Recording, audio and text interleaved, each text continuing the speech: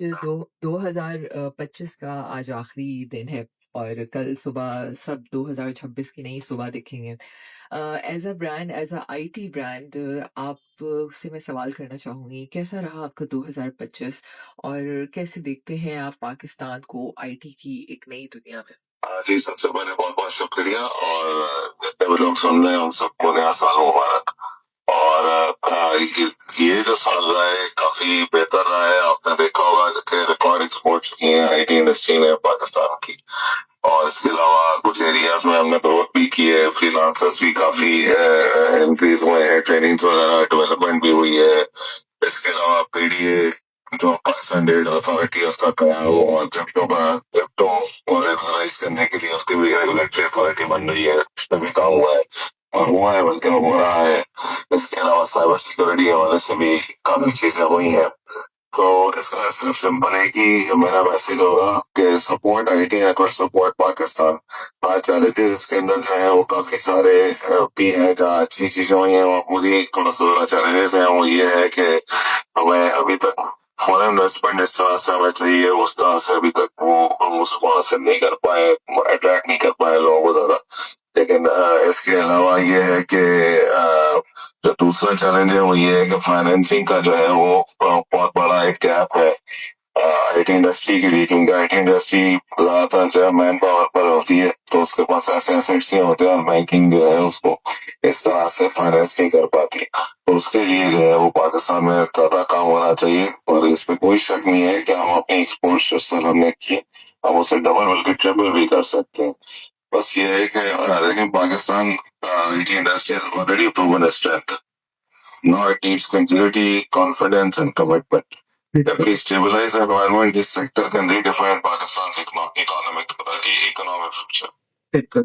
अच्छा नुमान साहब, अगर हम पाकिस्तान में या ओवरऑल जब हम एआई का ज़िक्र करते हैं, तो आप क्या समझते हैं कि आर्टिफ़िशियल इंटेलिजेंस ने कितना सपोर्ट दिया आईटी इंडस्ट्री को? और हम अब देखते हैं कि ईज़ी एक्सेस है हर शख्स के पास।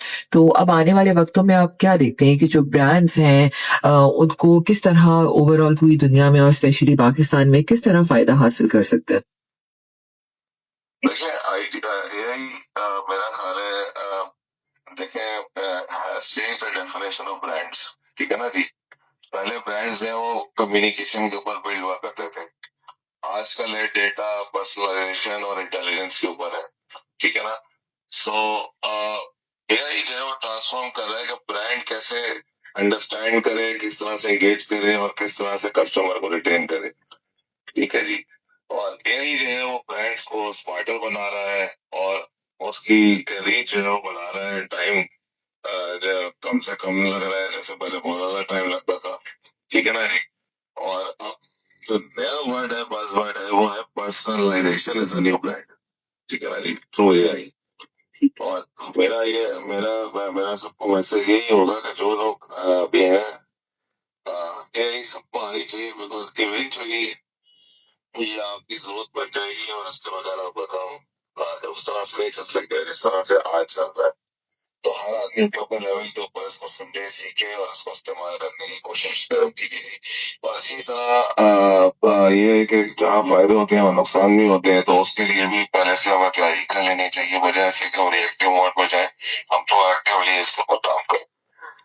बिल्कुल, तो आप ये देखते हैं कि आने वाले वक़्तों में एआई हमारे लिए एक थ्रेट भी बन सकता है एज़ अ ह्यूमन बीइंग। ज़ाहिर है बहुत सारी चीज़ें हम देखते हैं कि अब वक़्त भी बचाता है एआई और बहुत सारी चीज़ें मिनटों में हो जाती हैं। तो आप क्या थ्रेट्स देखते हैं एआई को अगर हम कंटिन्यूअस इसका इस्तेमाल हमारी ज़िंदगियों में, बच्चों में, एजुकेशन वाइज़ सब जगह इसका इस्तेमाल हो रहा है बहुत ज़्यादा? देखिए इसके इसका जो सबसे बड़ा जो थ्रेट है ना वो ये नहीं है कि खुदा ना वर्क फोर्स के ऊपर, मुझे जो ज्यादा थ्रेट लगता है वो स्टूडेंट्स के लिए लगता है, जो स्टडीज के ऊपर है, जो एजुकेशन है, वहां पे इसका बहुत ज्यादा इस्तेमाल हो रहा है और उसके ये एक बहुत सीरियस इशू बन सकता है इन टर्म्स ऑफ एजुकेशन, अगर हमने उसके ऊपर काम नहीं किया या उसकी तैयारी नहीं की।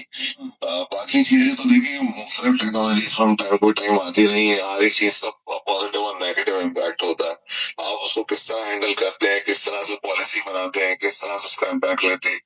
تو ہر تھریٹ کے ساتھ ایک اپرچونٹی ہمیشہ اٹیچ ہوتی ہے. بالکل تو آپ نے اس اپرچونٹی پہ کام کرتے ہوئے تھریٹ کو ریڈیوس کرنا.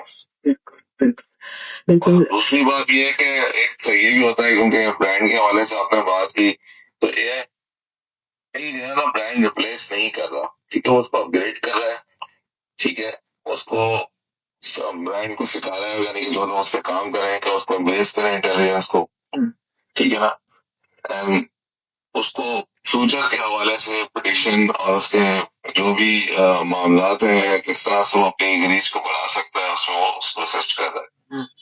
بالکل بالکل. تھینک یو سو مچ نعمان صاحب آپ کا وقت دینے کے لیے. میں چاہوں گی آخر پہ نیو ایئر پہ کوئی ینگ یوتھ کو کوئی میسج دینا چاہیں گے, اور نیا سال شروع ہونے والا ہے اور لوگوں کو کس طرح نئے سال میں انٹر ہونا چاہیے, کوئی اسپیشل میسج دینا چاہیں؟ دو میسج دوں گا. سب سے پہلے تو یہ ہے کہ believe in yourself, believe in Pakistan, support IT and it will support Pakistan. بالکل. تھینک یو سو مچ, بہت شکریہ نعمان صاحب آپ کا وقت دینے کے لیے. اور میں آپ کو بھی, ہم سب ہاٹ ایف ایم 105 کی طرف سے بھی آپ سب کو بہت بہت, آپ کو بھی نیا سال مبارک ہو, اور wish you best of luck for your کام. آپ سب کو مبارک. تھینک یو تھینک یو جی, بہت شکریہ آپ کا.